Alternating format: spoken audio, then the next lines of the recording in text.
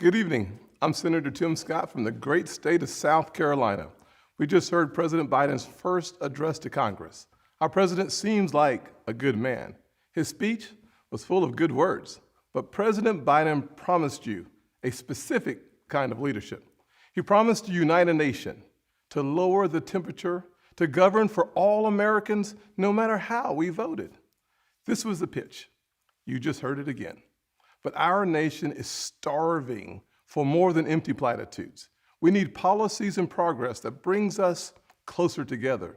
But 3 months in, the actions of the president and his party are pulling us further and further apart. I won't waste your time with finger pointing or partisan bickering. You can get that on TV anytime you want.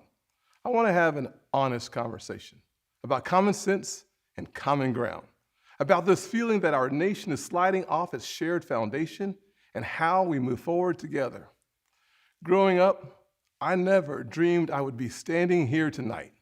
When I was a kid, my parents divorced. My mother, my brother, and I moved in with my grandparents. 3 of us sharing one bedroom.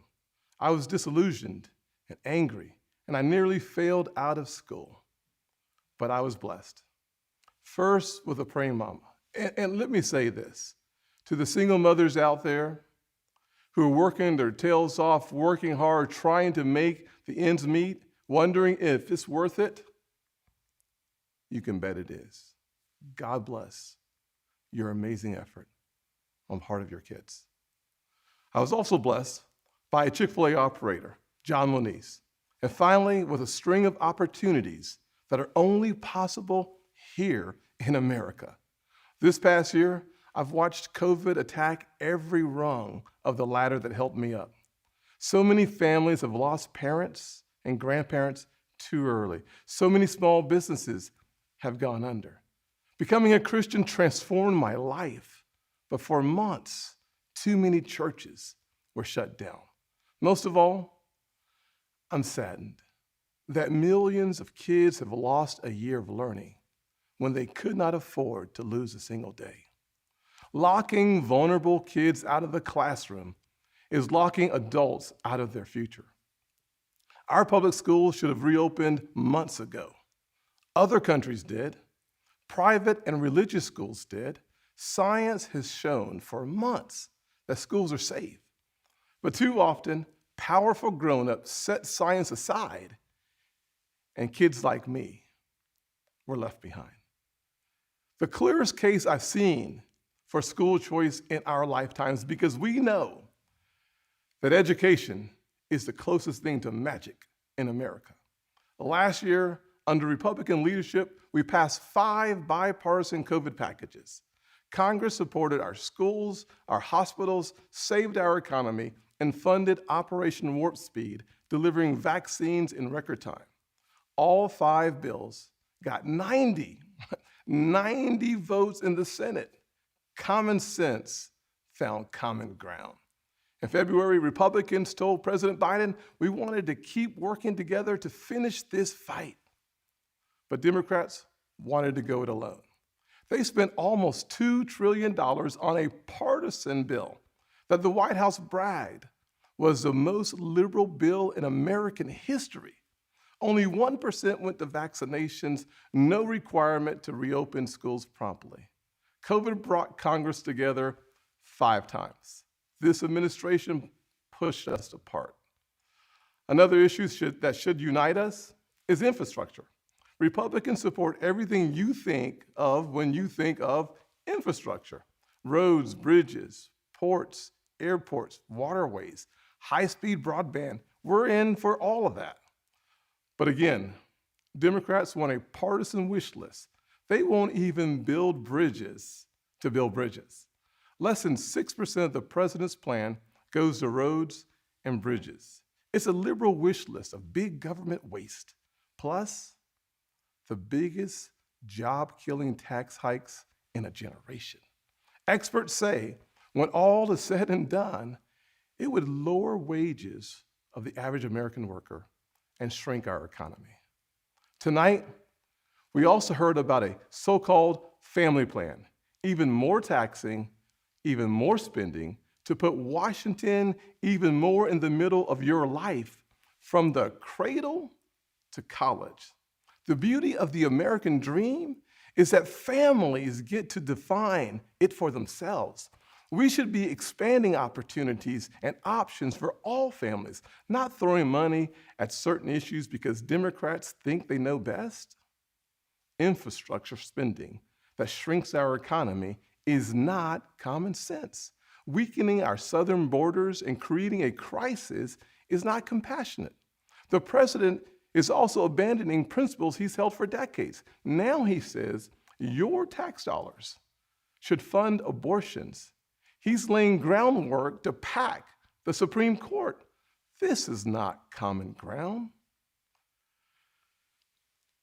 Nowhere do we need common ground more desperately than in our discussions of race. I have experienced the pain of discrimination. I know what it feels like to be pulled over for no reason, to be followed around the store while I'm shopping. I remember every morning at the kitchen table, my grandfather would open the newspaper and read it, I thought. But later I realized he had never learned to read it. He just wanted to set the right example. I've also experienced a different kind of intolerance. I get called Uncle Tom and the N-word by progressives, by liberals. Just last week, a national newspaper suggested my family's poverty was actually privilege because a relative owned land generations before my time. Believe me, I know firsthand our healing is not finished. In 2015, after the shooting of Walter Scott, I wrote a bill to fund body cameras. Last year, after the deaths of Breonna Taylor and George Floyd, I built an even bigger police reform proposal. But my Democratic colleagues blocked it. I extended an olive branch. I offered amendments, but Democrats used a filibuster to block the debate from even happening. My friends across the aisle seemed to want the issue more than they wanted a solution. But I'm still working. I'm hopeful that this will be different. When America comes together, we've made tremendous progress, but powerful forces want to pull us apart. 100 years ago, kids in classrooms were taught the color of their skin was their most important characteristic. And if they looked a certain way, they were inferior. Today, kids are being taught that the color of their skin defines them again. And if they look a certain way, they're an oppressor. From colleges to corporations to our culture, people are making money and gaining power by pretending we haven't made any progress at all, by doubling down on the divisions we've worked so hard to heal. You know this stuff is wrong. Hear me clearly. America is not a racist country. It's backwards to fight discrimination with different types of discrimination, and it's wrong to try to use our painful past to dishonestly shut down debates in the present. I'm an African American who's voted in the South my entire life. I take voting rights personally. Republicans support making it easier to vote and harder to cheat, and so do the voters. Big majorities of Americans support early voting, and big majorities support voter ID, including African Americans and Hispanics. Common sense makes common ground. But today, this conversation has collapsed. The state of Georgia passed a law that expands early voting, preserves no excuse mail-in voting, and despite what the president claimed, did not reduce election day hours. If you actually read this law, it's mainstream. It will be easier to vote early in Georgia than in Democrat-run New York. But the left doesn't want you to know that. They want people virtue signaling by yelling about a law they haven't even read. Fact checkers have called out the White House for misstatements. The president absurdly claims that this is worse than Jim Crow. What is going on here? I'll tell you, a Washington power grab. This misplaced outrage is supposed to justify Democrats' new sweeping bill that would take over elections for all 50 states. It would send public funds to political campaigns you disagree with and make the bipartisan Federal Elections Commission partisan. This is not about civil rights or our racial past. It's about rigging elections in the future. And no, the same filibuster that President Obama and President Biden praised when they were senators, the same filibuster that the Democrats used to kill my police reform bill last year, has not suddenly become a racist relic just because the shoe is now on the other foot. Race is not a political weapon to settle every issue the way one side wants. It's far too important. This should be a joyful springtime for our nation. This administration inherited a tide that had already turned. The coronavirus is on the run. Thanks to Operation Warp Speed and the Trump administration, our country is flooded with safe and effective vaccines. Thanks to our bipartisan work last year, job openings are rebounding. So why do we feel so divided? Anxious.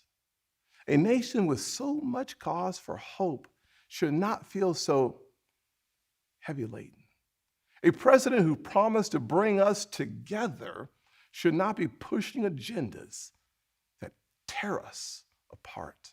The American family deserves better, and we know what better looks like. Just before COVID, we had the most inclusive economy in my lifetime, the lowest unemployment rates ever recorded for African Americans, Hispanics, and Asians, and a 70-year low nearly for women. Wages were